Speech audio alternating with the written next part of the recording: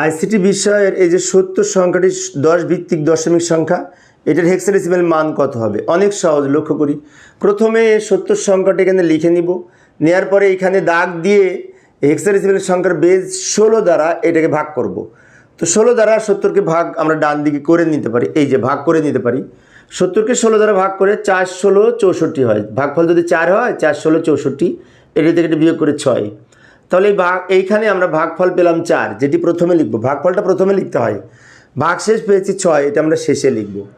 এবার এই 4কেও 16 দ্বারা ভাগ করব। এখন 4 ছোট সংখ্যা, 16 দ্বারা ভাগ করা যায় না, তখন ভাগফল হিসেবে যদি এখানে 0 লিখি, এই 4 ভাগশেষ হিসেবে শেষে লিখব।